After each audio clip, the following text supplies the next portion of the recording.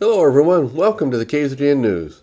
Today we're bringing news about today's elections, news about this week's City Council meeting, terror warnings, today's KZGN Talking Points editorial, weather, sports, and much more. From the Rademacher Hills to Bee Mountain and the mighty Sierras, Ridgecrest to Inyokern and China Lake, this is your news for the Indian Wells Valley with the KZGN News crew.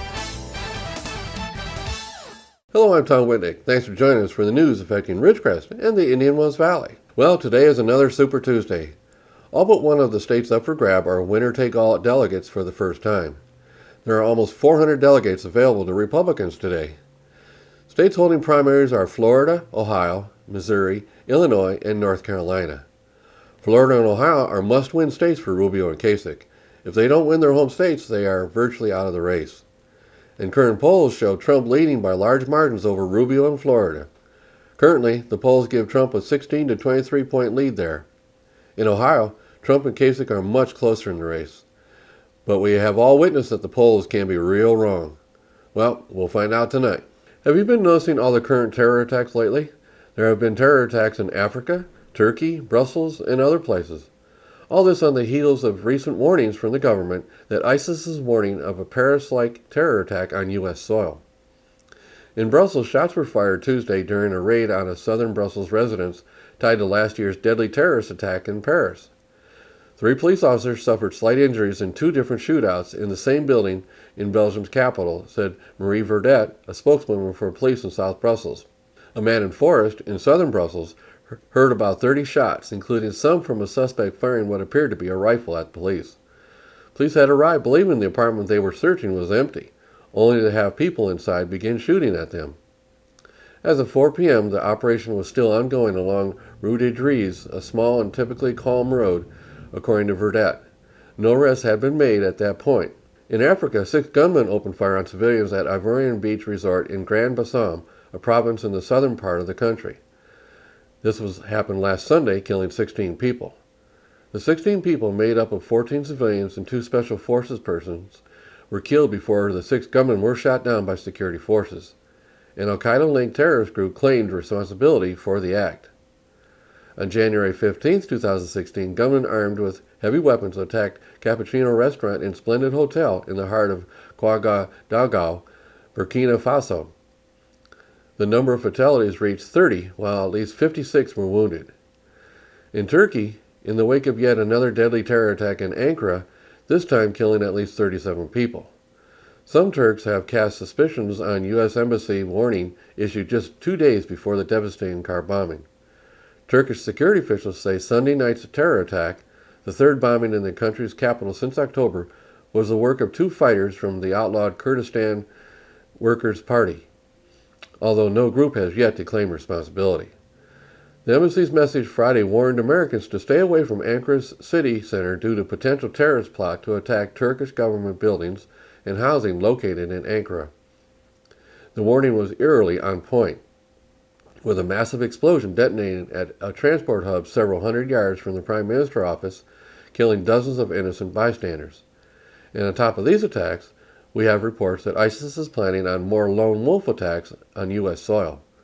Of course, these could be just threats, but they have demonstrated via the San Bernardino attack that they do reach into the U.S. with their network. We can only hope that our police officials are able to pick up on these people before any attack. It behooves all of us to stay alert and to notify law enforcement when we see suspicious activity. Well, the Ridgecrest City Council will meet Wednesday evening for their regular council meeting. It'll be at 6 p.m. at City Hall. They'll open the meeting with a presentation from Gary Parsons on the city's industrial economic development marketing outreach activities. Next on the agenda, they'll consider these items. First, they'll consider approving $100,000 of unallocated tax allocation bond funds as payment to Southern California Edison for an engineering advance of power pole relocation design associated with the Down Street Street Improvement Project. Next, they'll consider approving an agreement with the County of Kern for the Community Development Block Grant funding for the City of Ridgecrest ADA Transition Plan and Access Improvements. And they'll go for acceptance of the terms of the receipt of CDBG funds in the amount of $137,000. Then they'll consider approving a professional service agreement with Wildan Engineering in the amount of $99,000 to provide construction management for the West Drummond Avenue widening project. Next, they'll consider authorizing the city to enter into an agreement with World Economic Development Alliance for the production of an economic development attraction and retention campaign. Next, they'll consider approving a consultant agreement for design services and construction management with HLA Group for playground improvements at Pearson and Upjohn Parks and the facility improvements at the Kerr-McGee Youth Sports Complex. Next, they'll consider authorizing the submission of the fiscal year 2015-16 Transportation Development Act claims to the Kern Council of Governments. Then they'll consider a minute motion of a letter of opposition to AB 1707 to amend the California Public Records Act. And finally, they'll have a discussion of the city's mid-year financial report. So join them at City Hall, 6 o'clock Wednesday. Now here's a story from Tanya Pyle, KZGN Field Reporter. The Ridgecrest Republican Women Federated has just released information on their next luncheon and announced details of their guest speaker. Reservations are required. The luncheon will be Friday, March 18th from noon to 1:30 p.m. in the banquet room of the Clarion Inn. That's located at 901 North China Lake Boulevard. Their guest speaker will be the Honorable Judge Corey Woodward. President Woodward is running for re-election to the bench. The luncheon will provide an opportunity to get to know Corey Woodward and hear what he wants folks to know about him and his duties as judge. We know Woodward and his wife, Paula, have two children who are 23 and 21 years old. One of their children is in law school and the other is graduating from college this spring. The Woodwards have lived in Tehachapi for over 20 years and in Kern County for 29 years. Woodward was a deputy district attorney for 16 years. Half of those years he was assigned to East Kern County, working every week in the courts of Ridgecrest, Mojave, and Lake Isabel. In 2003, he was elected Commissioner of the Superior Courts by judges of the Superior Court. In 2007, he was appointed judge by former Governor Arnold Schwarzenegger. For 12 of the 13 years on the bench, he has been assigned to East Kern County. Woodward and his wife were raised in Barstow and have a special affection for the desert. The cost of the luncheon is $15. Reservations are required. Please make reservations by calling 760-446-0815. Now stay with us. After the break, we'll have KZGN's Talking Points editorial.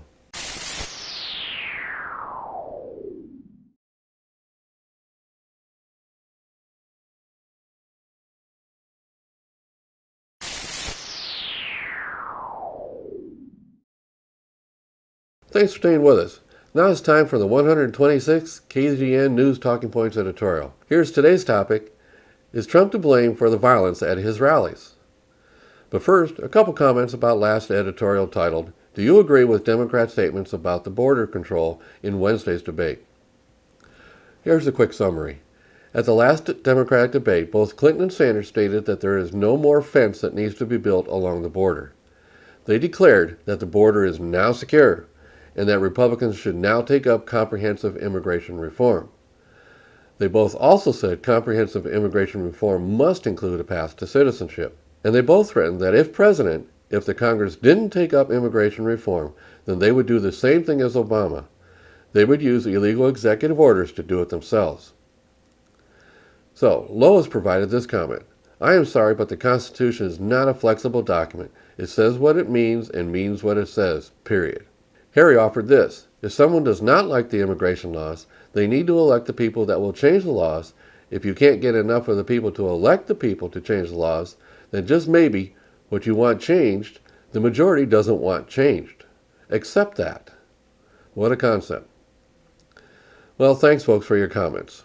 Again, I state the border is not secure, and any immigration reform should not be taken up until the entire border is fenced and secure. And people that own land on this side of the border are once again allowed to enjoy their land without being ordered by this administration to just let illegals run all over their land unimpeded or arrested. Now on to today's topic. Is Trump to blame for the violence at his rallies? Well, after the Friday night appearance cancellation by Trump in Chicago, a skirmish ensued. Protesters started their disturbance, and Trump supporters reacted. And things got quite heated and some punches were thrown. But there were no serious injuries. So, Trump wasn't even there yet. However, the liberal media, Clinton and Sanders, and even Trump's rival candidates offered blame to Trump directly. Well, I disagree. If the protesters had not started the disturbance, there would have been no altercation. It's that simple. Okay, so now I'm sure someone will say that a demonstration is within their First Amendment rights. I have to agree with that. However, as I have had other editorials in the past stating that one person's right does not trump another person's right. No pun intended. What that means, that one person does not have the right to free speech if they exercise their right to stop another person's right to the same free speech. And no liberal media offered any blame to MoveOn.org. They took blame for the disturbance and said it will continue. In taking blame, they stated the purpose of the disturbance was to shut down Trump's speech. And they say they will continue to do this until Trump stops what they believe is hate speech. Within the protesters was Black Lives Matter people. I have to ask them, why are you mad at Trump? What has he said that is against blacks? Maybe I've missed it, but I wish someone would give me an example of something Trump has said in this campaign that would infringe on black lives. I mean, really, what has he said against blacks? If someone can provide the date and what he said that is against blacks, I will acknowledge it. Within the protests were people carrying Sanders signs. So then Sanders goes on TV and says he didn't order anyone to do that demonstration. But if people try to stretch the blame to Trump for his words have caused the protest, then there must be something Sanders said to encourage those protesters, right? Well, not really. Just as Sanders didn't tell those people to disturb the Trump rally, Trump also wasn't at that meeting telling anyone to start fighting.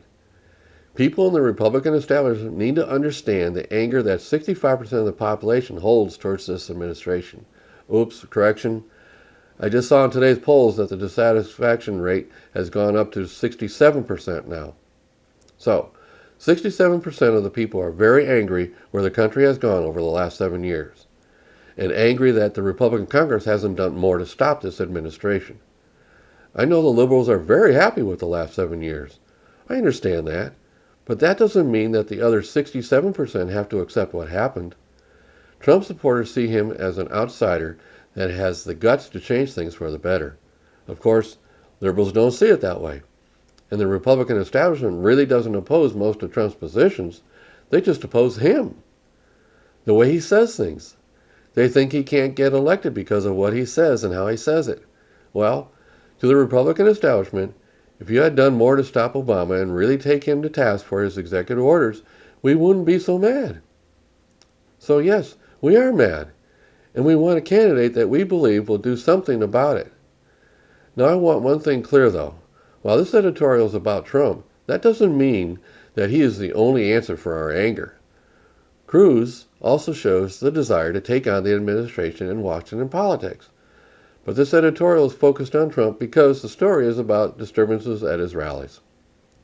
He has the same First Amendment right to say what he wants, just as much as protesters have the right to offer their protest. But one right does not stop the other's right. While I do acknowledge Trump's rhetoric does get people fired up, but isn't that what all the candidates are trying to do? It's about connecting with the people, getting them fired up to support the candidate, getting them fired up to go out and vote on Election Day, not stay home. Every candidate has connected with some segment of the population, and each support their candidate. The object, though, is to get them fired enough to go up and vote on Election Day, and to get them fired up enough to try and get others to vote as well. So is Trump to be blamed for the scuffle? Should he be held accountable for people defending their right to peaceful enjoyment of the First Amendment right to free speech? We all have rights to free speech. The only reason Trump is getting blamed is because he is the front runner. If Cruz was the front runner and there was a disturbance, he would get blamed too. For liberals, it's all about making sure no Republican gets elected.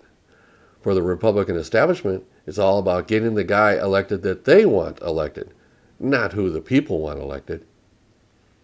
In conclusion, no, Trump is not to blame, just as Sanders is not to blame for sending the protesters. No one has to be blamed, but we all need to agree that the First Amendment applies to everyone, not just to ones that say the things you agree with. I'm Tom Wendick, and that's what I think. I'd like to know what you think. If you have any comments about this editorial or would like to discuss or recommend a topic, I'd like to hear from you. please email them to info@kzgn.net.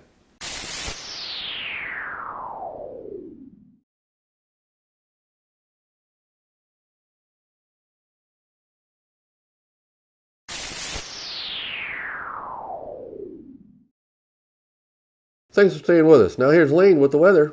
Thank you, Tom. From the National Weather Service, warm temperatures, low humidity, gusty winds, and dry grasses will combine to create dangerous fire weather conditions in the western plains today. Any grass fires that ignite in the region could quickly grow out of control. Red flag warnings are in effect in this area. Severe thunderstorms are possible over portions of the Midwest, mainly late this afternoon and evening. Temperatures across the nation. Carolinas at 64, Georgia at 81, Arkansas at 80, northern Texas at 70, Arizona at 73, and Los Angeles at 66. And for us locally, tonight, mostly clear with a low around 43, north-northwest wind 5 miles per hour. Wednesday, sunny with a high near 76, north wind 5 to 10 miles per hour. Wednesday night, clear with a low around 45, east wind 5 miles per hour. Thursday, sunny with a high near 79, west-southwest wind 5 miles per hour. Thursday night, clear with a low around 46, west-northwest wind 5 miles per hour.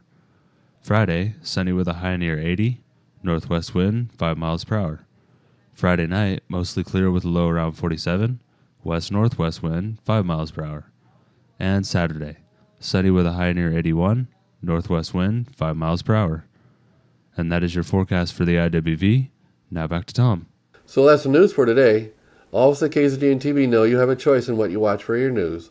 We all thank you for choosing KZGN-TV, Ridgecrest's only locally owned community TV station. Now stay tuned for Ridgecrest Talk coming up next.